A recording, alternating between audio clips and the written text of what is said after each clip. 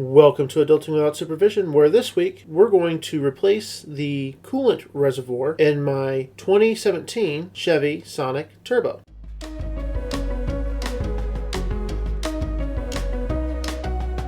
Okay, so before anybody says or wonders why I'm reusing the coolant, we just had the car in the shop for the thermostat housing, which is plastic, that had broke off and leaked all the coolant out. So this is new coolant, not even maybe a month old. Oh, and the cap is off because we're trying to let the coolant cool down. It took maybe 2 hours, 3 hours or so. Just give it as much time as you feel comfortable with, because trust me, you do not want to get burned by this stuff. So as you can see, it's pretty simple to take this reservoir off. You just undo the two screws and you don't really have to worry about it flying off or anything like that. It's hooked onto the car. You lift it up in order to free it, and then you start on the hoses, which is just unclamping the hose clamps. And as I'm editing the video, yes, that is coolant dripping in the background. I'm an idiot.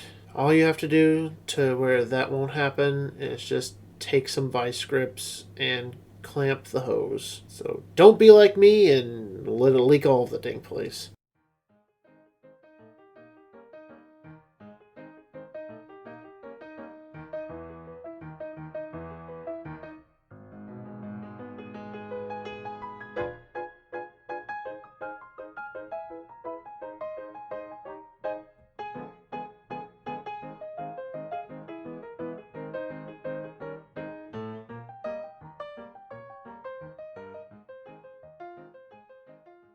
Well, I'm pretty sure that was the problem. And if it wasn't, the other side's not much better, honestly.